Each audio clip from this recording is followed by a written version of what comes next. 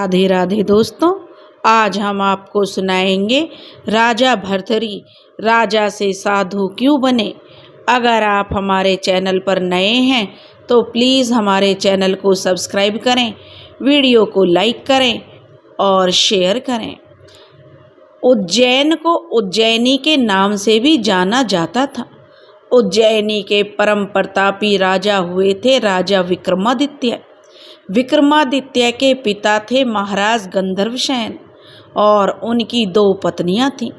एक पत्नी के पुत्र विक्रमादित्य थे और दूसरी पत्नी के पुत्र भर्तरी थे। गंधर्वसेन के बाद उज्जैन का राजपाट भर्तरी को प्राप्त हुआ, क्योंकि भर्तरी विक्रमादित्य से बड़े थे। राजा भर्तरी धर्म और नीति शास्त्र के ज्ञाता थे। प्रचलित कथाओं के अनुसार भर्तरी की 2 पत्नियां थीं, लेकिन फिर भी राजा भर्तरी ने तीसरा विवाह किया था रानी पिंगला से। पिंगला बहुत ही सुंदर थी, इसी वजह से राजा जो पिंगला पर बहुत ही मोहित थे और वह उसी के बस में रहते थे। कथाओं के अनुसार तो भर्तरी अपनी तीसरी पत्नी पिंगला पर काफ़ी मोहित थे और वे अपनी पत्नी पिंगला पर अंधा विश्वास करते थे। राजा पत्नी मोह में अपने राज्य के सभी कर्तव्यों को भी भूल गए थे। उस समय उज्जैन में एक तपस्वी गुरु गोरखनाथ का आगमन हुआ था। गोरखनाथ जब राजा के दरबार में पहुँचे तो भर्तरी ने गोरखनाथ का खूब आदर सत्कार किया। इससे गुरु गोरखनाथ बहुत प्रसन्न हुए। प्रसन्न होकर गुरु गोरखनाथ ने राजा को एक फल दिया था और कहा था कि राजन, यह फल खाने से जो भी व्यक्ति इस फल को खाएगा वह सदा जवान रहेगा, उसे कभी बुढ़ापा नहीं आएगा और हमेशा उसकी सुंदरता बनी रहेगी। यह चमत्कारी फल देकर गुरु गोरखनाथ वहाँ से चले गए। राजा ने फल लेकर सोचा कि उन्हें जवानी और सुंदरता की क्या आवश्यकता है, क्योंकि राजा तो अपनी तीसरी रानी पर बहुत अधिक मोहित थे और उन पर अंधा विश्वास करते थे। इसलिए राजा ने सोचा, यदि यह फल मेरी पिंगला रानी खा लेगी तो वह सदैव सुंदर और जवान बनी रहेगी। यही सोचकर राजा भर्तरी ने पिंगला को वह फल दे दिया। रानी पिंगला भर्तरी पर नहीं बल्कि उसके राज्य के कोतवाल पर मोहित थी। वह चरित्रहीन रानी थी। यह बात राजा नहीं जानते थे। जब राजा ने वह चमत्कारी फल अपनी रानी पिंगला को दिया तो रानी ने सोचा कि यह फल यदि यह कोतवाल खाएगा जो मेरा प्रेमी है तो वह लंबे समय तक उसकी इच्छाओं की पूर्ति कर सकेगा। रानी ने यही सोचकर वह चमत्कारी फल कोतवाल को दे दिया। वह कोतवाल एक वेश्या से प्रेम करता था और उसने चमत्कारी फल उस वेश्या को दे दिया ताकि वेश्या सदैव जवान और सुंदर बनी रहे। वेश्या ने फल पाकर सोचा, यदि वह जवान और सुंदर बनी रहेगी तो उसे यह गंदा काम हमेशा करना पड़ेगा और नरक के समान इस जीवन से कभी मुक्ति नहीं मिलेगी। इस फल की उसने सोचा सबसे ज़्यादा ज़रूरत हमारे राजा को है। राजा हमेशा जवान रहेगा तो लंबे समय तक प्रजा को सभी सुख सुविधाएं देता रहेगा। यह सोचकर उस वेश्या ने उस चमत्कारी फल को राजा को दे दिया। राजा वह फल देखकर हैरान रह गए। राजा ने वेश्या से पूछा कि यह फल उसे कहाँ से मिला, तो वेश्या ने राजा को बताया कि महाराज, यह फल उसे उसके प्रेमी कोतवाल ने दिया है। भर्तरी ने तुरंत कोतवाल को बुला लिया और सख्ती से पूछने पर कोतवाल ने बताया कि यह फल उसे कहाँ से मिला। तो कोतवाल ने डर से राजा को बता दिया कि यह फल उसे रानी पिंगला ने दिया है। अब तो राजा भर्तरी को पूरी सच्चाई मालूम हो गई और वह समझ गया कि उसकी रानी चरित्रहीन है और उसे धोखा दे रही थी। पत्नी के धोखे से भर्तरी के मन में वैराग्य जाग गया और उन्होंने अपना संपूर्ण राज्य अपने छोटे भाई विक्रमादित्य को सौंपकर उज्जैन की एक गुफा में आ गए। इसी गुफा में भर्तरी ने 12 वर्षों तक कठोर तपस्या की थी।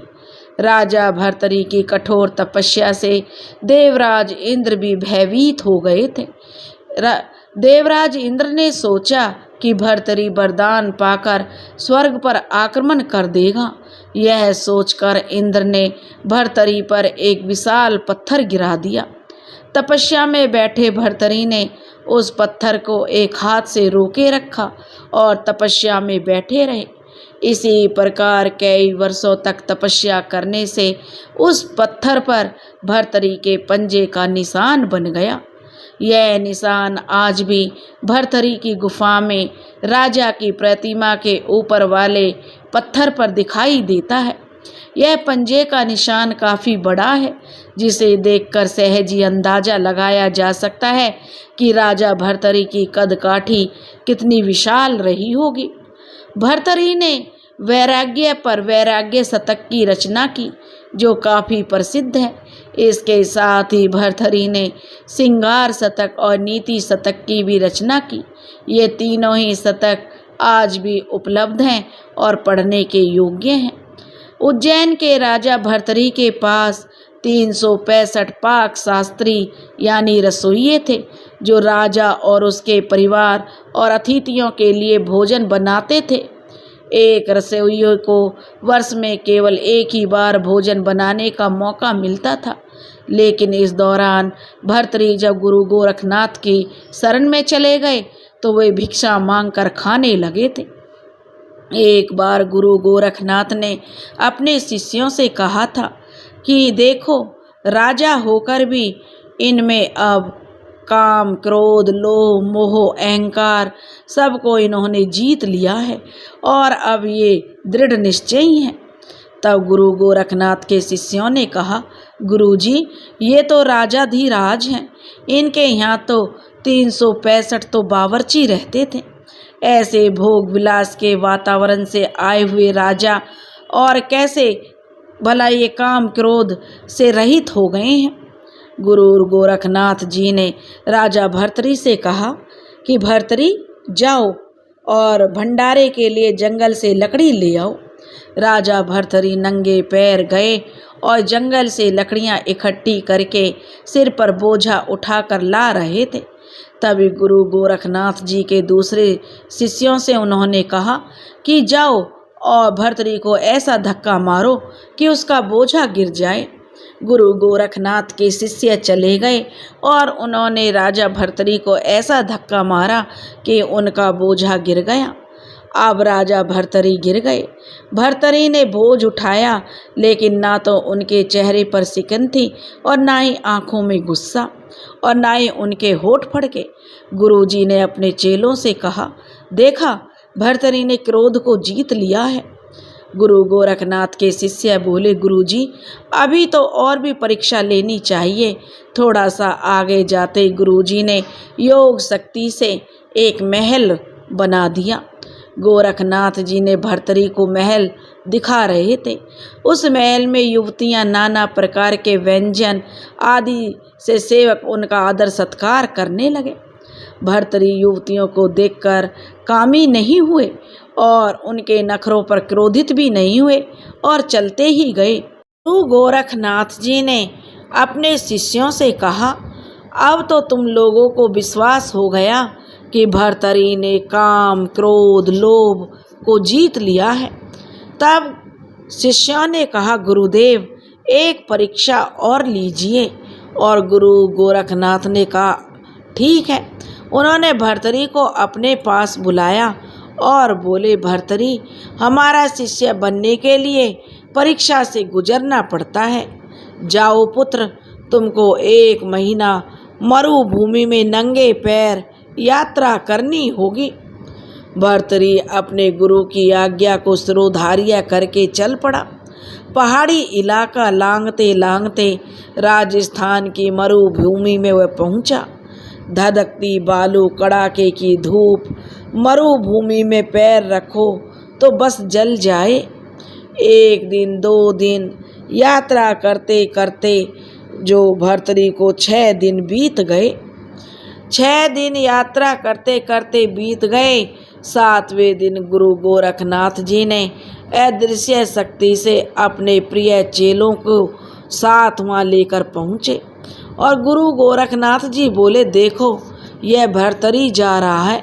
मैं अपने योग बल से एक वृक्ष खड़ा कर देता हूँ। वृक्ष की छाया में भी यह बैठेगा नहीं। अचानक वृक्ष खड़ा कर दिया गुरुदेव ने और चलते चलते भर्तरी का पैर वृक्ष की छाया में आ गया तो वह ऐसे उछल पड़ा मानो अंगारों पर पैर पड़ गया हो। मरुभूमि में वृक्ष कैसे आ गया? छाया वाले वृक्ष के नीचे पैर मेरा कैसे आया? मेरे गुरु की आज्ञा थी कि मरुभूमि में यात्रा करने की, इसलिए वह कूदकर दूर हट गया। गुरुजी यह देखकर बहुत प्रसन्न हुए कि देखो भर्तरी कैसे गुरु की आज्ञा मानता है। जिसने कभी पैर गलीचे से नीचे नहीं रखे वह मरुभूमि में चलते चलते पेड़ की छाया का स्पर्श होने से अंगारे जैसा महसूस कर रहा है।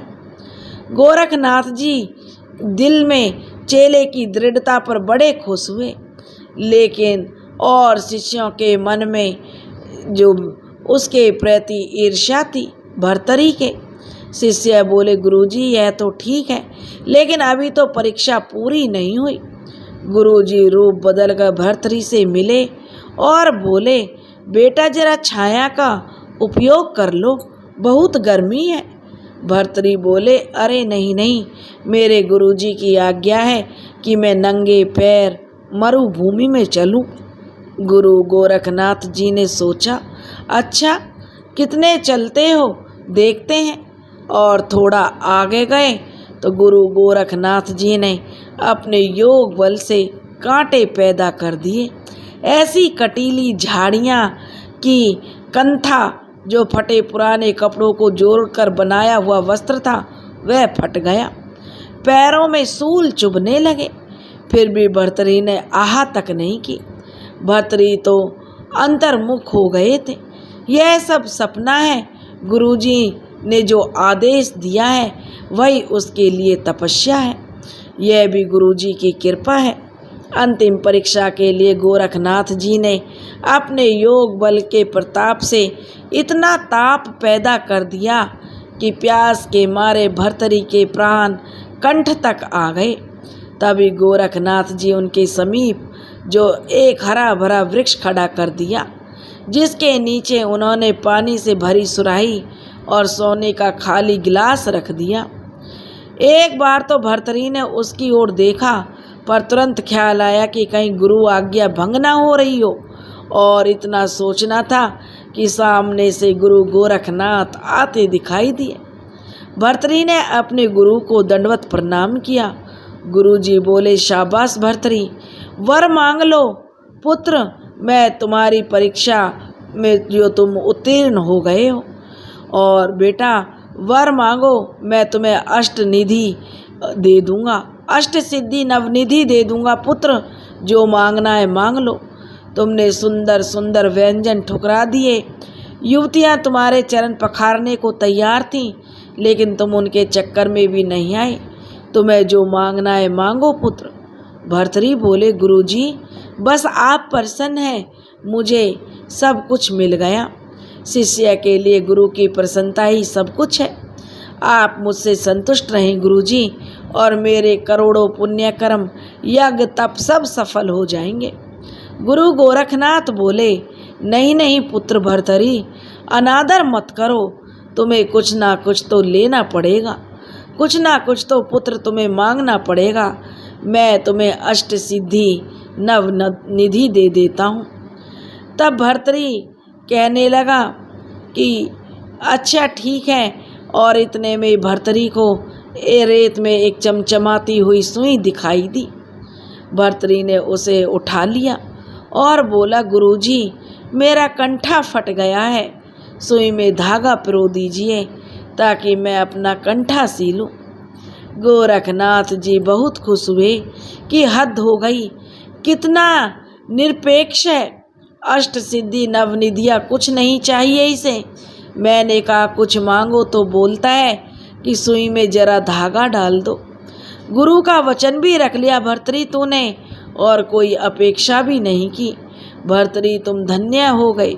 कहाँ उज्जैनी का सम्राट नंगे पैर मरुभूमि में 1 महीना भी नहीं होने दिया, 7-8 दिन में ही परीक्षा में उत्तीर्ण हो गया, और उसने अपने गुरु की आज्ञा का पालन किया और उसमें वह उत्तीर्ण हो गया और गुरु का जो सबसे चहेता चेला बन गया।